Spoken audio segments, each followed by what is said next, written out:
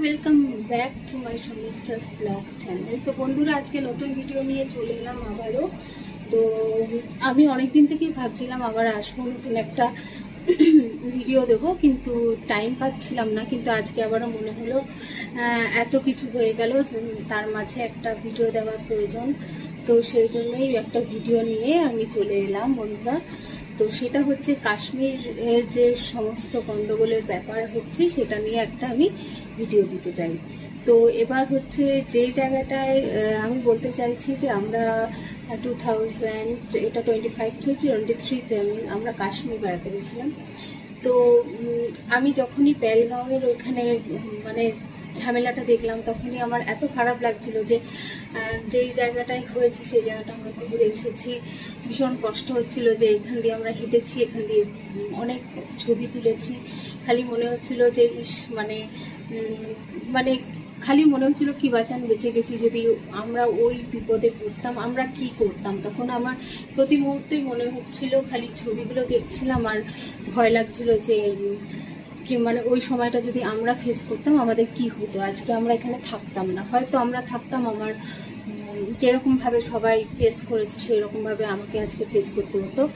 তো এই ভিডিওটা অনেক দিনই ইচ্ছা হচ্ছিল দেওয়ার, কিন্তু সময় হচ্ছিল না। কিন্তু কিছু কথা বলার আছে বন্ধুরা।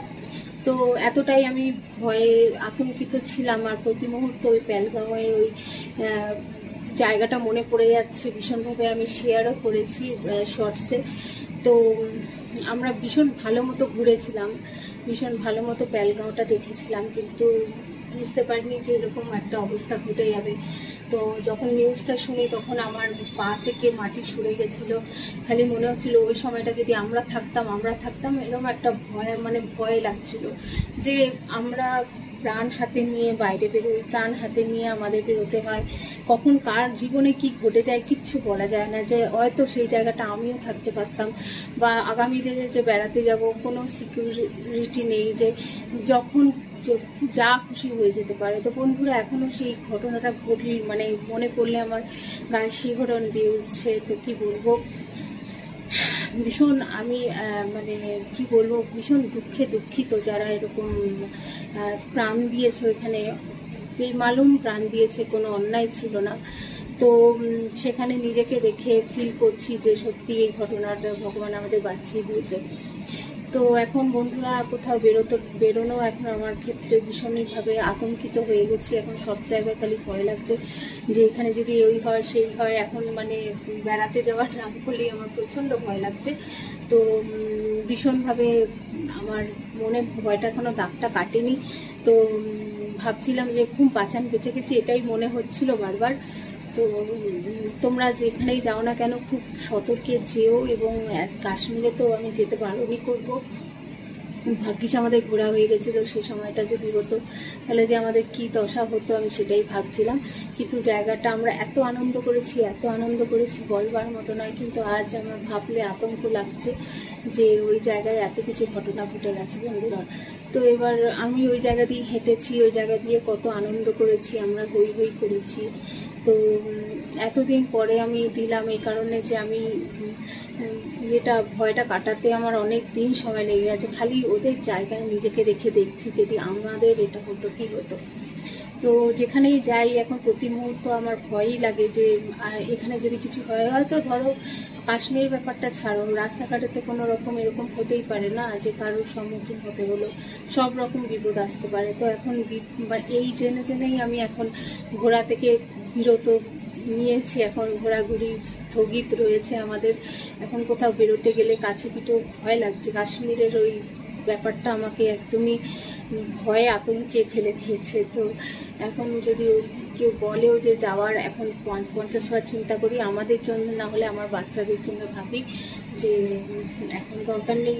মজার সময় তো ফুরিয়ে যাচ্ছে না, মজা করার অনেক দিন রয়েছে, কিন্তু তার আগে আমাদের সেফ থাকতে হবে, সুস্থ থাকতে হবে। সেই ভেবে আমাদের বেরোনোটা তো পরেও যখন খুশি যাওয়া যায়, আনন্দটা সারা জীবন থাকবে। কিন্তু নিজের প্রাণকে নিজের প্রাণকে রিস্কে ফেলে, হ্যাঁ, আমার মনে হয় না যে প্রাণের থেকে বড় কিছু আছে। নিজের জীবনকে কোনো ফেলে রিস্কে ফেলে যাওয়া উচিত। তো শুধু কাশ্মীর বলে নয় বন্ধুরা, এখন আমাদের কলকাতা বলো, যে কোনো জায়গায় এখন চারিদিকে সবাই কে কীরকম, এখন কাউকে বিশ্বাস করা যায় না। কাশ্মীরে গেলেই যে ঘুরবে এখানে থেকে কিছু হবে না সেটাও নয়। এখন প্রতি মুহূর্ত বাইরে বেরোনো আমাদের ভীষণ রিস্ক হয়ে গেছে। এখন নিজের প্রাণটাকে, এখন জানি না, আমাদের প্রাণটার কোনো গ্যারেন্টি নেই। আজ আছি কাল আছি নেই, আজকে কথা বলছি কালকে নাও বলতে পারি। তো কলকাতায় চারিদিকে সব কিছু জানি না কি হচ্ছে।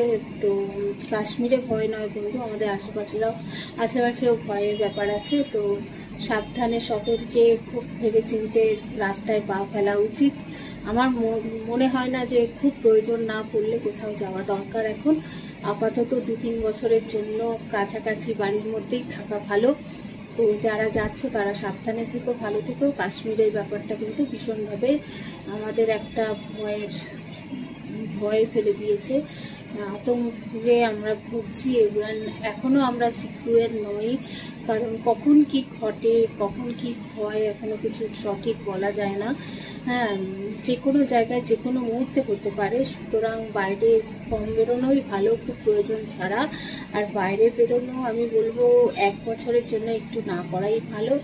আগে দেখো কি হচ্ছে না হচ্ছে চারিপাশ। কাশ্মীর সত্যি মানে আমি ব্যাপারটা ভাবলে এখন আমার ভয় লাগে কাশ্মীর, কারণ আমরা ওই জায়গাটায় গেছি তো খালি মনে হচ্ছে যেন গুলি চালানো।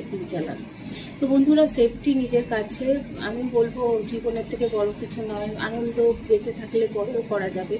বাট এই মুহূর্তে আমার মনে হয় এত বড় একটা ঘটনা ঘটে গেছে, কারোর বাইরে না বেরোনোই আমি মনে করি ভালো, তাই না? 2 মিনিটের আনন্দের থেকে মানে কয়েকদিনের আনন্দের থেকে নিজেকে সেফ রাখা আমার মনে হয় এটাই বুদ্ধিমানের কাজ হবে। তো যারা যাচ্ছ বেরোচ্ছ সাবধানে থেকো, এইটুকুই বলবো বন্ধুরা। আমি এই জন্যই ভিডিও করেছি যে তোমাদের সতর্ক বার্তা দিতে, যে এটা নয় যে যুদ্ধ থেমে গেছে বলে আমরা সেফ, তা নয়। যুদ্ধ থেমে গেছে, যুদ্ধের মনে কিন্তু হঠাৎ করে আবারও অ্যাটাক হতে পারে যে কোনো মুহূর্তে। চারিদিকে খুব সতর্ক বার্তা আছে। তো সাবধানে যেখানে যাবে যেও, এবং ঘোরাটা আপাতত তোমাদের ওপর ছেড়ে দিলাম। সাবধানে থাকো, ভালো থাকো। দেখা হচ্ছে নেক্সট ভিডিওতে। এইটুকুই থাকলো আজকের ভিডিওতে। টাটা।